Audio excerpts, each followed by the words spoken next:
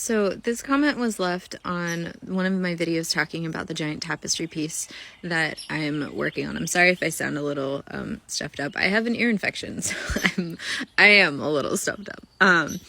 Anyway, so they're asking, how do I find the time? And part of me wants to be like, I don't find the time, I make the time. And that's kind of a silly answer, but also it's very much true. So if you don't know me, hi, I'm Elle. I am the owner of Ink and Thread Designs. I am actually a professional cross-stitch artist and pattern designer. And while I did not design this actual pattern, this is a piece that I work on in my personal time, my free time outside of my business of cross-stitching and creating cross-stitch patterns and things like that. So outside of the fact that I do cross-stitch professionally, how do I find the time for projects like this in my free time? So for me, I actually have ADHD, and one of the sort of consequences of that for me personally is that I can't just sit still and do nothing.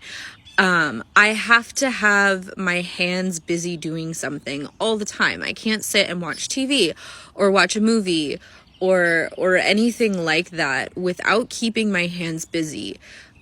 Whether that's eating a bowl of popcorn, one single kernel at a time, or whether that's cross-stitching. And so cross-stitching has very much become my go-to activity, especially in the evenings when I want to sort of decompress and relax and turn on a TV show or a movie. I'll listen to a podcast. I've tried audiobooks. I keep trying audiobooks. I desperately want to be able to listen to audiobooks, but I'm not very good at it. I struggle with them for some reason. But I tend to try and set aside an hour or two, usually about an hour and a half, to cross stitch just for myself in the evenings.